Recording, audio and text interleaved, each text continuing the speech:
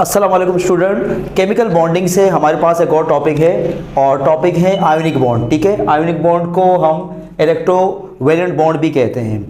Ionic bond में दरअसल एक एटम जो है ना इलेक्ट्रॉन लॉस करता है और दूसरा एटम इलेक्ट्रॉन गेन करता है। आपने ये बात याद रखनी है कि इसमें एक एटम जो इलेक्ट्रॉन लॉस करेगा वो हमारे पास होगा मेटल, ठीक है, और जो इलेक्ट्रॉन गेन करेगा वो हमारे पास होगा नॉन मेटल।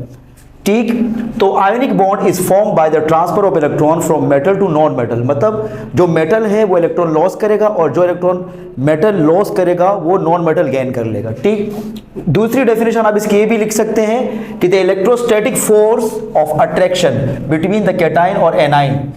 मतलब जो इलेक्ट्रोस्टैटिक फोर्स ऑफ अट्रैक्शन है, कैटाइन का मतलब होता है किसी एलिमेंट या किसी एटम के ऊपर अगर पॉजिटिव चार्ज है तो उसको हम कहते हैं कैटाइन, ठीक है। और अगर किसी भी स्पीशी मतलब सब्सटेंस जो कंपाउंड भी हो सकता है, ठीक है, या एटम भी हो सकते हैं और उसके ऊपर अगर नेगेटिव चार्ज है तो वो एनाइन कहलाते हैं। ठीक है, तो दूसरी डेफिनेशन इसकी क्या हो जाएगी, the electrostatic force of attraction between the cation and anion is known as ionic bond और इलेक्ट्रोवैलेंट बॉन्ड।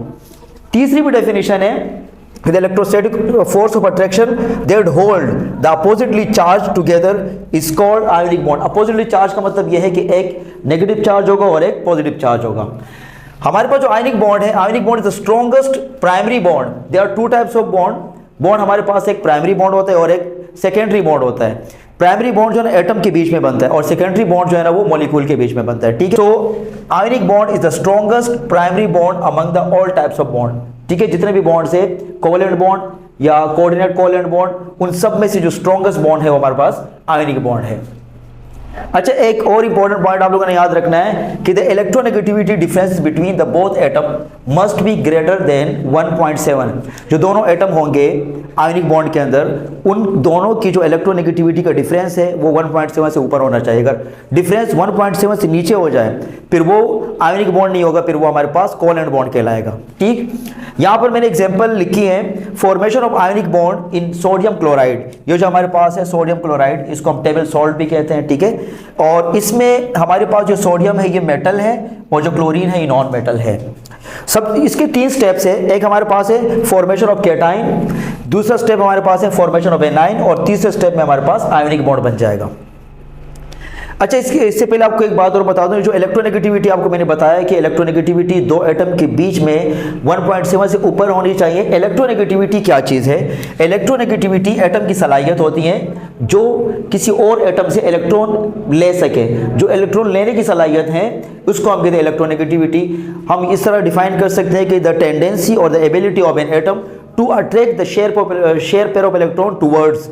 ठीक है, तो हमारे पास इलेक्ट्रोनेगेटिविटी कहलाती है और सबसे ज्यादा इलेक्ट्रोनेगेटिविटी 7 ग्रुप एलिमेंट्स की होती है जिसमें क्लोरीन भी है। ठीक है, तो पहले स्टेप से स्टार्ट करते हैं।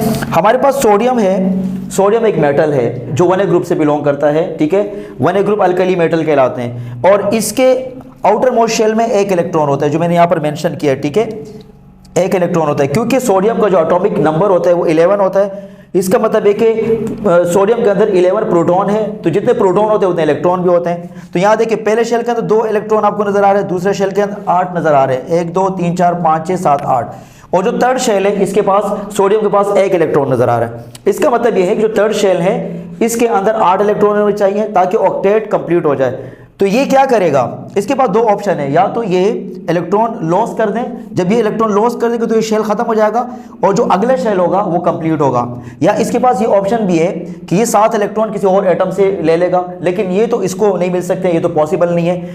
तो इस कंडीशन में सोडियम क्या कर लेगा, 1 इलेक्ट्रॉन लॉस कर देगा और इसका ये जो शेल है, अभी 3 शेल है, तो ये वाला शेल जो है आउटर मोस्ट शेल, जब इलेक्ट्रॉन लॉस कर देगा तो ये शेल खत्म हो जाएगा और जो अगला शेल होगा उसके अंदर 8 इलेक्ट्रॉन होंगे और वो कंप्लीट हो जाएगा। ठीक है, और इस तरह सोडियम के ऊपर प्लस चार्ज आ जाएगा।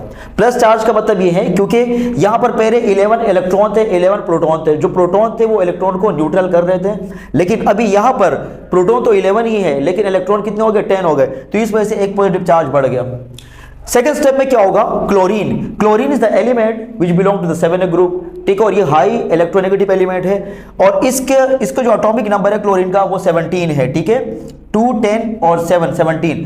तो इसके पहले शेल के अंदर 2 इलेक्ट्रॉन आते हैं, दूसरे शेल के अंदर 8 इलेक्ट्रॉन आते हैं, ठीक है, और तीसरे शेल के अंदर इसके पास 7 इलेक्ट्रॉन है, ठीक है, 2 ये है, 2 ये है 4 और 2 ये है 6 और ये है 7। अब क्लोरीन को अपना ऑक्टेट पूरा करने के लिए एक इलेक्ट्रॉन चाहिए। इसके पास भी ये ऑप्शन है कि या तो 7 इलेक्ट्रॉन लॉस कर दे और या तो 1 इलेक्ट्रॉन गेन कर दे। तो इसके लिए आसानी इसी में है कि इलेक्ट्रॉन गेन कर ले। तो ये क्या कर लेगा, ये 1 इलेक्ट्रॉन गेन कर लेगा, जो मैंने ब्लैक से मेंशन किया है, ये 1 इलेक्ट्रॉन गेन कर लेगा। और इसके आउटर मोस्ट शेल के अंदर पहले 7 इलेक्ट्रॉन थे, अब इसके आउटर मोस्ट शेल में 8 इलेक्ट्रॉन हो गए, ठीक है, इसका जो आउटर मोस्ट शेल है वो कंप्लीट हो गया। अब ये इलेक्ट्रॉन कहां से आया, ये इलेक्ट्रॉन जो सोडियम ने लॉस किया था वो यहां पर क्लोरीन ने गेन कर लिया, ठीक हो गई बात। अब जो लास्ट स्टेप है, हमारे पास ये कैटाइन बन गया, ठीक है, और ये एनाइन बन गया। अब ये कैटाइन है, सोडियम हमारे पास कैटाइन है क्योंकि इसके ऊपर पॉजिटिव चार्ज है, और क्लोरीन हमारे पास एनाइन है क्योंकि इसके ऊपर नेगेटिव चार्ज है। अब ये एक दूसरे को अट्रैक्ट कर लेंगे और एक बॉन्ड बना लेंगे जिसको हम कहेंगे आयोनिक बॉन्ड, और हमारे पास रिजल्ट में क्या बन जाएगा, सोडियम क्लोराइड बन जाएगा, ठीक है।